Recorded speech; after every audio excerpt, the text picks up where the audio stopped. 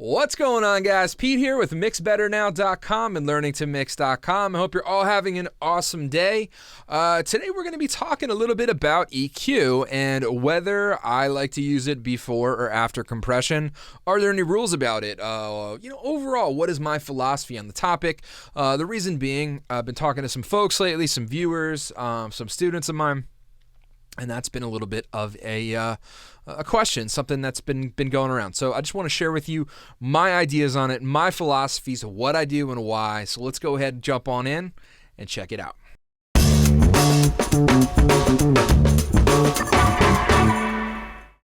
All right, so this was definitely something that I kind of struggled with a little bit myself. I remember when I was starting out, mixing and audio and sort of even when recording, right? I mean, if you have a hardware channel strip with a mic pre in it and you have, maybe you have a set of shelves or you have a 3-band EQ and then you have a compressor on your channel strip and you can switch the order of the compression and the EQ. I understand that it can get a little confusing, and in a simple answer, there is no rule to it, okay? There is no, there's nothing etched in stone that says you have to EQ before you compress or you have to compress before you EQ. Really what it boils down to is it's a preference, it's a taste, and you need to understand that each one is going to sound differently, and then the compressor is going to react differently to whether or not you have an EQ before or after it. So I'm trying not to make this like super boring and philosophical. I just want to make this practical for you. And if we take a look at a compressor here and just sort of understand what's going to happen to it, okay, is that a compressor is really just a big old automatic volume knob. I'm sure you guys have heard this analogy before. And the concept with a compressor is that when the volume gets too loud, it's going to push the volume down. But here's where some people maybe don't understand this or miss this part, is that just as on the top for the loud parts it will push down, on the quiet parts it will push up, and that's often why if you put a compressor on your audio, you will hear things get immediately louder and you will hear it add sustain, and sometimes you might even hear it bring out certain frequencies or enhance specific frequencies that you might not have been hearing before. So I can give you a bit of an objective answer when it comes to the mix bus and what I like to do. Again, these are just my preferences. This is what I do, and I'm going to share with you why I do these things. But let's go ahead and hit play here just so you can hear a little bit of the audio. Just take a look at my compressor here and the settings that I have, what I'm doing. It's just an API 2500. We have a 10 millisecond attack, a 2-to-1 ratio, 100 millisecond release. And I don't know, I'm doing anywhere between 0 and 3 dB of compression. Let's just take a quick listen. I should walk away from you. Yeah, I know it's for the best. Every time you're in my arms, I forget about the rest. It is hard to be waiting patiently while you're trying to find a way to leave him behind. Either way you go, I'm the last to know. I'm on the losing end. All right, so you guys get a little flavor of what we got going on there. My man Zach Jones holding it down with the losing end. But anyway, so on my 2-bus, I will just about always compress first. If we come and look at my my mix bus over here, it doesn't really matter all the other stuff that I have going on. I mean, I do have the Slate VCC before my compressor here. But the first thing, really, the most important thing for me on here is that I do have a compressor first. Now, the reason that I like to put a compressor before I EQ, and just to show you, this is typically what I will EQ with on my mix bus, is going to be this guy. But yeah, I like to compress first. Now, the reason being is because when you're sending so many tracks to one stereo fader, you're going to get so much stimulation from that. So what I find happens audibly is that we are going to start hearing a lot more frequencies brought to the foreground. They sort of get louder that we really don't hear before. So what would happen for me is that if I put an EQ first, and then, so as you can see here, I'm doing some subtractive stuff, a little bit of filtering, mid side. I'm just taking out a little 400 in the middle and a little 530 on the sides. A little filtering, of course, but what happens here is that I want to be able to hear these exaggerations and this stimulation so that I can make an intelligent and an informed decision to go ahead and remove some of the areas that I find to be undesirable for the mix. So oftentimes when I compress first and then I go to EQ, I'll typically do it in stages. So check it out, right? So we have the API here, and then we're going into to the Brainworks. So like I said, I am just doing subtractive stuff here. I'm not doing anything in the additive realm. But if we take a look further on down the mix bus here, okay, I do have a Pultec in, and I am boosting and attenuating some low end. So we have some 20 hertz here. This is just a little bit, this pertains a little bit more to the Pultec mix bus trick. I'll put some links in the description below. You guys can check out what I do on my mix bus and why, if you guys haven't seen that stuff. And then just passing audio through the Pultec here is going to give us a little bit of sauce, as my man Fab would say, right? It's going to give us a little bit of that transformer, a little bit of that tube love, and it's going to bring some stuff up. Now, if I were to just leave this as is, and then put it into the limiter at the end, okay, that might work. But what I actually tend to favor is if I put my tape plug-in last. Tape for me is going to act as a little bit of a safety net and a secondary source of compression, right? Because what extreme tape saturation really is, or any saturation, is compression. Distortion is compression, right? If you have a very distorted guitar, we could look at guitars in a second, but if you have a very distorted guitar, very rarely will I compress it. Why? If you look at the waveform, chances are it's gonna almost look like a brick and it's gonna be very flat. That tells me that it's already very compressed. So I find that by having the tape right at the end of my chain, it's just gonna glue everything back up. So it's like a little bit of this and a little bit of that. First I compress, then I do a little subtractive EQ, then I do a little bit of additive EQ.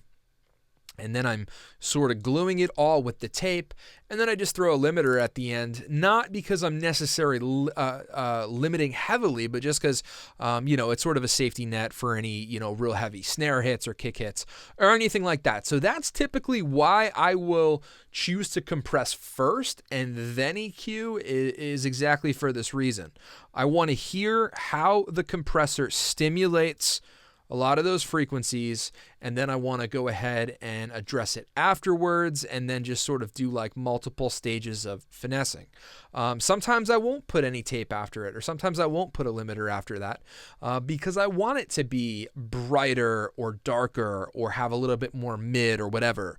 But really it's about using your ear and doing tone shaping in a way that's advantageous. All right, so let's take a quick peek over here at the vocals, and on the majority of tracks in which I'm going to sculpt things or change the way something sounds, I'm typically going to do a little bit of subtractive at EQ first, or I might do a little bit of subtractive and additive EQ at the same time. So if we just take a quick listen to the verse vocal, all this means with the verse and the chorus, I wound up splitting the lead vocal on 2 tracks because I processed them differently, but we'll go from verse 2 again. I should walk away from you. Yeah, I know it's for the best. All right, so that's what that sounds like. But the first thing I'm doing here is a little bit of subtractive EQ, and this is often what I will do on non-buses. Okay, so we're not on the mix bus anymore. I'm just taking out a little bit of bottom with the filter, very common. Taking out a little bit of low mids, and something else that I might do at this point is if I wanted to make it a little bit brighter. I might push up a little bit of presence, somewhere in the high mids, or I might throw a high shelf on something. Alternatively, if I'm using a channel strip at this point, I will put the EQ before the compressor because I like to push it into the compressor. So what I'm doing here, a little bit of subtractive, then we're going into an 1176. Again, it doesn't matter what compressor I'm using, but I am doing subtractive EQ, then I'm compressing, because what's going to happen if I were to leave this in, right? Let's just say I left some of these sub-lows in, all this bottom that I didn't need, and some of these low mids. What's going to happen is that the compressor is going to actually compress more, because compressors are more stimulated by low-end information. So it's going to sort of distort what the compressor sees. I hope that makes sense. So I find it to be it just sounds a little bit better when I take out the stuff that I don't need. And then I hit it with a little bit of compression. Let me just turn the effects off. I should walk away from you. Yeah, I know it's for the best.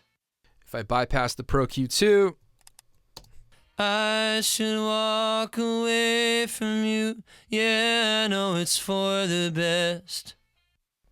so again, what would happen is if I did my subtractive stuff after this, I feel like the 1176 would be stimulated by a lot of that low end, and then it would sort of make it sustain, almost fooling me into thinking there's more low end information than there is.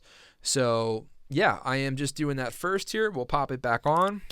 I should walk away from you. And then what I'm actually doing is after that, I have a couple EQs on here. Let me just bypass them for a second. I should walk away from you. Yeah, I know it's for the best. I should walk away. I should walk away from you. What I've wound up doing in this scenario is I wanted to add a little bit more brightness to the overall vocal. So after this guy, I have two Pultecs going on. Again, a very common thing that I do will be adding and subtracting EQ in stages. So if we take a look at what I got going on here, it looks like I'm pulling out a little bit more 700. I'm adding a little 3K. And then on the EQ-P1A, it looks like I'm boosting some 10K up top here. Now, the reason that I like to do this, the reason that I like to go in stages and not add the 3K and the 10K over here on the Pro Q2 is because what's going to happen is the compressor is going to clamp down harder on the high-end information, on making the vocal sound brighter. So as a result, I want to let that brightness, let that shine go unaffected through the vocal. Okay? Again, if I did it over here on the Pro Q2, right? Let's just say, what did I say? 3K. So let's just say I pulled up some 3K. And let's say I had a shelf or 10K. It's not really a shelf on the Pultec, but nonetheless, you get the point, right? So we're going to be pushing all this high-end information into our compressor, and then that's going to sort of skew what I'm hearing. Again, this is just a tasting. This is what I like to do. I'm sharing with you what I do and what I find to work, okay?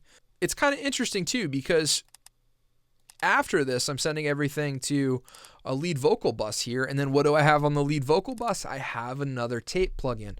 So again, it's almost like I'm doing compression again, but it's a lot more subtle because it is in fact going to tape. It's not clamping down as hard. It's just a natural compression that occurs from the tape here. So I find that this works very well, and this is often another thing I will do. It's just steps, right? It's like, so I'm going to subtract a little bit, then I'm going to compress a little bit, and then I'm going to add a little bit. I find on plugins in particular, mixing in the box, if you do any extreme moves, anything that's too bold, boosting 10 dB, compressing 15 dB, anything like this, I find it can often sound bad. In the analog domain, you can absolutely get away with it, but in the box, especially using plugins that are at the end of the day, they're algorithms, I find that doing gentle steps with multiple of them will sound better. And that's exactly why I'm doing serial compression right here. Okay, that's why I'm taking one compressor here and then I'm pushing that into another compressor, is because I want to get I don't know, maybe 7 dB of compression, but on each of these guys, I might do 3.5. So I find that it sounds better. So that's another scenario in which I typically will EQ first, before the compressors, and then I might throw a little bit of EQ after the compressors. So again, it's really about using your ears. So the third and final scenario that we'll take a look at is EQing before the compressor, but then really pushing a lot of stuff into the compressor. Okay, so I have all the drums soloed right now. Let's just go ahead and take a listen.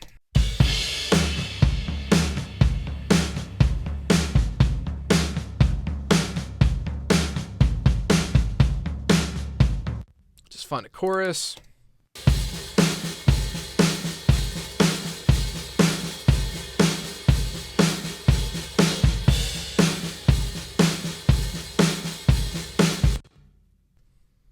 Now, in this particular scenario, on the drum bus here, I have a tape coming first, and then I'm just doing a little bit of compression, and then I have a transformer plug-in after that. In this particular mix, I found that I didn't really need to EQ the drum bus, but let's just say I did, or let's just say I wanted to. So in this particular scenario, I just have the FabFilter Pro C2 on here. And what's cool about this compressor is that you can actually see where the compression is taking place on this little graph here. Check it out.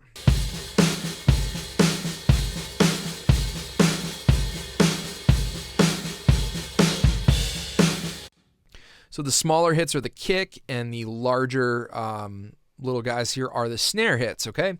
Now look, if I wanted to EQ this, I'm just going by hypotheticals here. I'm just going to pull this down, and let's say I wanted to use a different EQ. So let's go ahead and pull in a Pro Q2 again, just because that's what we're working with, or that's what I've at least talked about thus far. And let's just say I wanted to add some more mid-bite to the snare, and maybe I want to go ahead and boost the fundamental of the kick or something like that. So let's do that.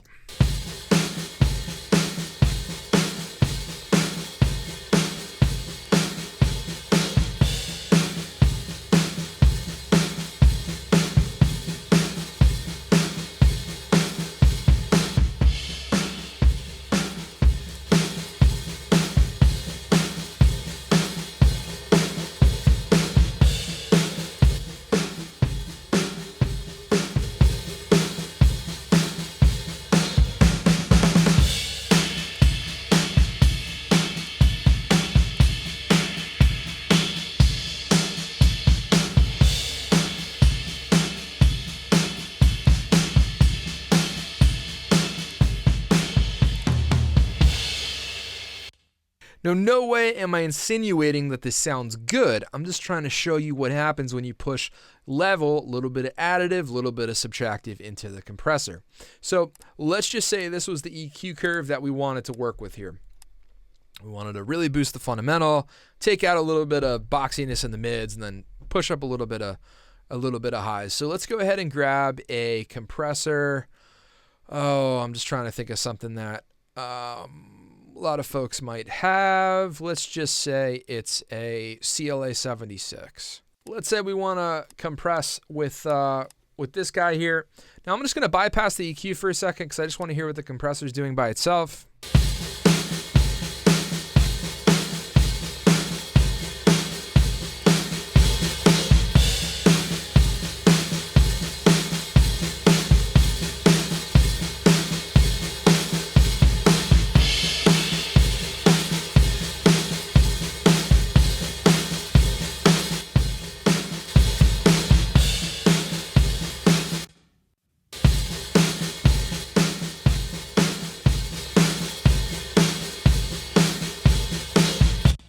Okay, so we're just doing a moderate amount of compression there.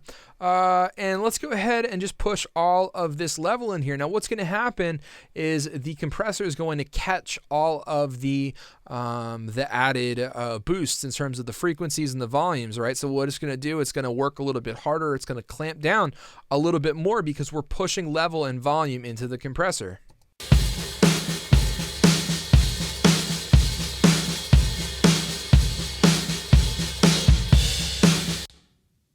take a look at the VU meter, right now we're doing like 5 to 7 dB of compression. Why? Because we're stimulating with some of this low end, and then we also have the snare, which is going to hit a little bit harder because we're pushing up more of those upper mids. So what happens? The compressor starts to work harder, and then it inadvertently changes the way that the compressor sounds.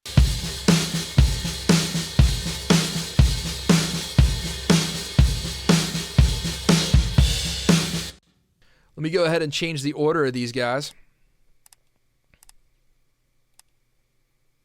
just for fun.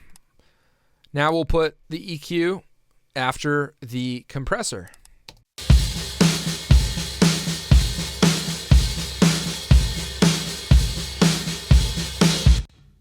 Immediately, the main thing that I'm noticing is that the bottom is huge. It's big. It's too big. This isn't something I would do. This is just for demonstration. But the compressor now is not handling this boost. Okay, before what it was doing is it was pushing the level down by compressing. Now it's just letting it through, and there's nothing there to catch it. So these are some ways in which EQ and compression reacts to one another, and some ways to look at how they do, right? You need to be able to hear what it's doing, you need to be able to see what it's doing, and you need to be able to understand how they interact with one another. Again, there's no right or wrong answer. It just happens to be what works for you in that situation, right? Do you want to push certain frequencies and certain amounts of level into your compressor?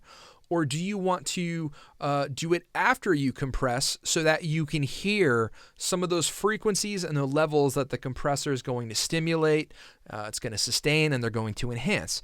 They're just personal preferences, okay? So these are a couple scenarios in which I thought it might be helpful just to show you how I handle them. And then I urge you guys to just go play around, move faders around, switch the orders of things, just try different things. And by doing so, I guarantee you it will make a lot of more sense. I hope it's a little bit easier.